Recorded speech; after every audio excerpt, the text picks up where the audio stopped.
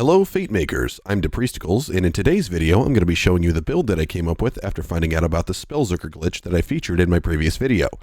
If you have not yet seen that video, I would highly suggest going to watch it before watching this video so that you can fully understand what in the actual world is going on here.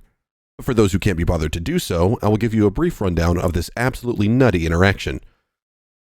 If you choose the Spellshot class as either your primary or secondary class, you will have access to the action skill called Ambidextrous, which allows you to dual-wield spells. If you put a spell called the BUFFMEISTER in your right-hand spell slot and put the highest base damage spell in your left-hand slot while using Ambidextrous, then cast your BUFFMEISTER spell, you will find that the damage you output while the BUFFMEISTER is active is increased by the damage that is on the item card of the spell in your left-hand slot instead of the damage that is on the BUFFMEISTER itself. This interaction is completely busted and allows you to easily overcome any enemy in the game, even on the highest of difficulties. We call this interaction Spellzerking since it is so similar to Salvador's gunzerking from Borderlands 2.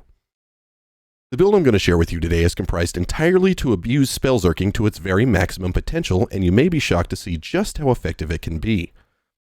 The goal is to maximize our spell damage, which allows our BUFFMEISTER to do its thing, and our job is to put as many bullets in the faces of our enemies while Spellzerking and getting critical hits to be able to instantly reset our spell's cooldown, which allows us to recast our BUFFMEISTER again and again, keeping it active 100% of the time.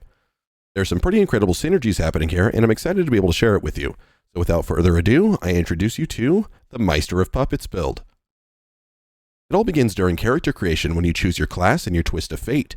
The fate we're going to want to choose is Raised by Elves, in order to maximize our critical hit chance for reasons we'll get into shortly, and the class we're going to want to choose will either be the Spellshot or the Stabbomancer. The full build features both of them, and since there's no benefit to having one or the other as your primary or secondary class, it really doesn't matter which one of them you choose to begin with. With that, let's take a look at what kind of skills we want out of the Spellshot tree.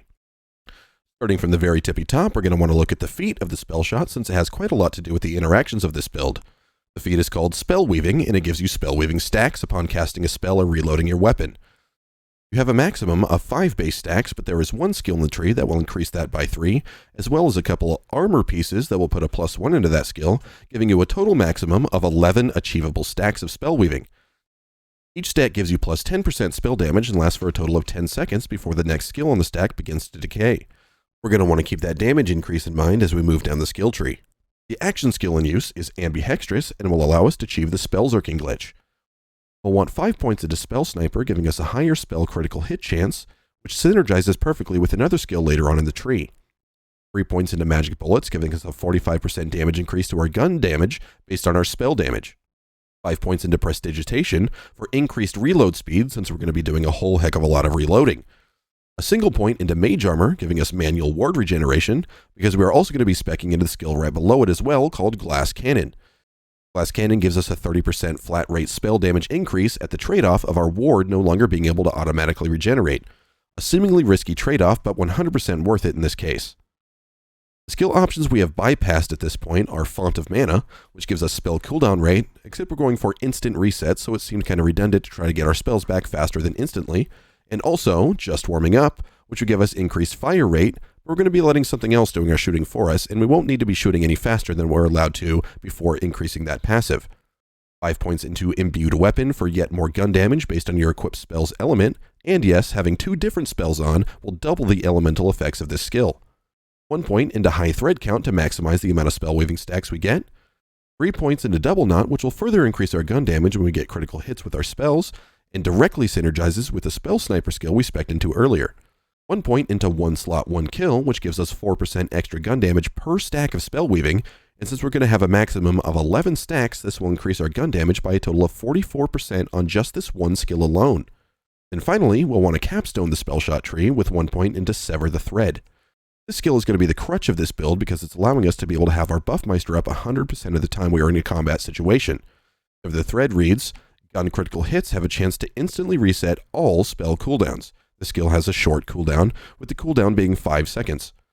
The BUFFMEISTER can roll with a duration of up to 11.5 seconds, effectively giving us 6.5 seconds to be able to get enough gun critical hits to proc the instant cooldown reset, hence the reason we care so much about getting our critical hit chance up as high as possible. And speaking of critical hits, let's look at what the secondary class has to offer with the Stabbomancer tree. The feat of this class is called Dirty Fighting and will passively increase your critical hit chance by 30%. We can already see the synergies coming together from this tree before we even have a single point into it, but it only gets better with our first 5 points into the very first skill, Arsenal. When maxed, the skill increases our melee, spell, and gun damage by 15%. And since we have points into magic bullets out of the Spellshot tree, Arsenal will be utilized even more effectively because 45% of the spell damage we get from the skill will be converted into gun damage as well and double dip into the damage pools. We'll put 2 points into haste, giving us increased move speed, which gets doubled every time we cast a spell, and we already know how much of that we're going to be doing. Only 2 though, because we will want the other skill points to use later on in the tree. Aside from movement speed just being fun, we can make it even more effective for our build by putting 5 points into Swift Death, which is just another violent momentum from Borderlands 3, but I digress. Swift Death will give us more damage bonuses across the board the faster we are moving, and we get to scooting pretty damn quickly with this spec. 3 points into Exploit Their Weakness, since we're going to be applying status effects to every enemy we damage, and the more status effects we can apply, the more damage we can shell out with this skill. Stick a couple of points into Sneak Attack so we can make use of all the critical hits we'll be dealing. And finally, our last skill point will go into Elusive, giving us some survivability with a chance to evade incoming damage, while also giving us the ability to sprint and shoot at the same time, which again is just another form of the skills Fugitive or Russian Offensive from BL3, but also synergizes quite well with this build, and we'll see why by looking at the equipment we'll want to use. We'll now take a look at the featured item of this build, which is a purple Ferior shotgun. But this shotgun in particular is going to make our build the most powerful we're going to see because of the thrown ability on it, which reads, thrown weapon becomes a gun with wings and shoots enemies before homing in and exploding. Due to some testing, we have learned that the thrown weapon does in fact count as a companion. However, we have also learned that since it is a shotgun with wings and does in fact shoot at the enemies, that they too will get the damage increases from your gun damage. And since these flying little buckets of joy are dealing gun damage, they can proc our Spellmancer capstone when they deal critical hits, resetting our spell's cooldowns. This, in and of itself, is a reason why this Ferior shotgun is a featured item of this build, and also why the build is named the Meister of Puppets. Because they are like your little... never mind, you get it. You can have a total of 3 of these little companions in the field at any given time, and each of them is rapid-fire shooting 7 pellets at a time at the enemies and scoring critical hits, while you simultaneously will be shooting at the enemies in order to proc sever the thread, in turn allowing you to keep your Spellzerking up at all times. Not to mention that each pellet that the companions shoot are all getting bonuses from the Buffmeister and dealing outrageous amounts of damage. And if this seems a little overkill, then you can switch to this gun called the Livewire. The Livewire is especially good on this loadout because it attaches elemental beams to nearby enemies while you're shooting at them and giving you an astounding way to deal large quantities of damage to mobs who are packed tightly together. Not to mention the precision of this gun makes it quite fun to shoot the bad guys in the face. In the off chance that you weren't able to reset your spell's cooldowns, perhaps because there weren't enough enemies in the area for you to score enough critical hits on, then there are a couple of weapons you can keep on your person to help you get those cooldowns a little bit faster. Both the Lil K's Bread Slicer and the Crossblade weapons have an interesting ability on them that reads 150% gun critical hit chance, which then becomes immediately evident why we would want to include these in our build. Our melee weapon of choice will be the Goblin Pickaxe because it gives us both spell cooldown upon picking up gold, as well as movement speed, which complements our Swift Death skill, allowing us to pump even more damage into our poor, unsuspecting foes. For our rings, we're just going to want to make sure that we grab a couple that will increase our spell damage so that we can get the most out of our Spellzerking, but some nice passives to roll on them, however, would be Companion Critical Hit Chance, Shotgun Critical Hit Chance, Spell Critical Hit Chance, or Critical Hit Damage in any of those same passives.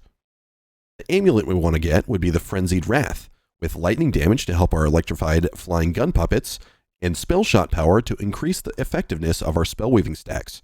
Some good passives to look out for here would be Loot Luck or Status Effect Chance to better improve our Exploit Their Weakness skill. Our Armor mod is a little bit more tricky since there are only 2 subclasses that pair with the Spellshot that also have armor mods to include a +1 into high thread count, and neither one of those classes is the Stabbomancer. So instead, we're going to opt for these Diamond Gauntlets that are for a Spellshot Spore Warden build because we can make a lot of use out of those thread count stacks. It also comes with the benefit of being able to roll Prestidigitation, and we are now aware of how important reload speed is for this build. There are some really incredible passives available for armor mods, so your options here are a bit more expansive.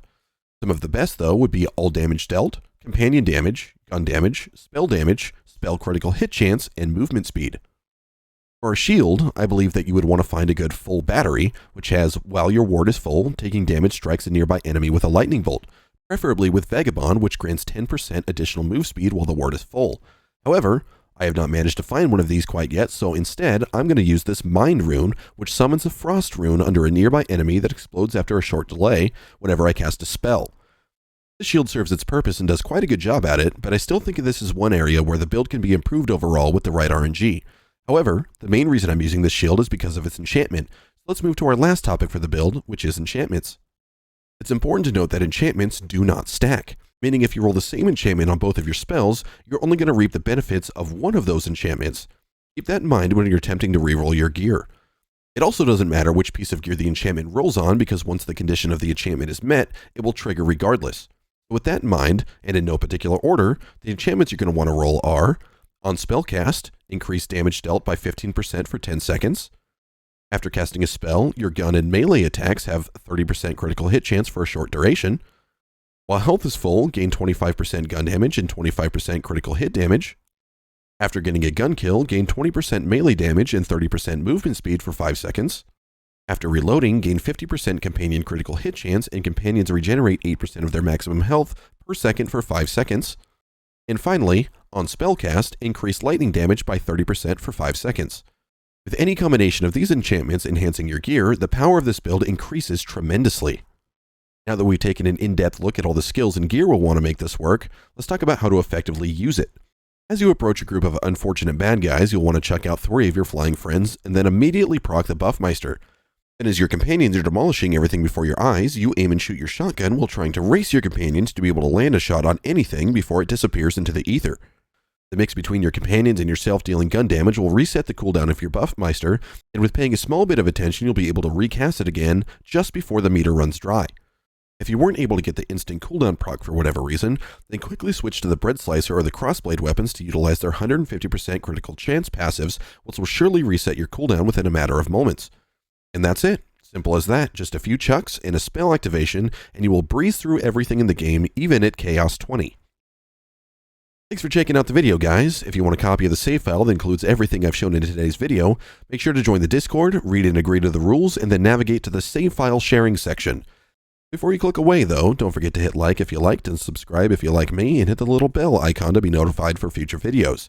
You can also come say hi while I'm live over at twitch.tv/Depriesticles. Thanks so much. I'll catch you in the next one.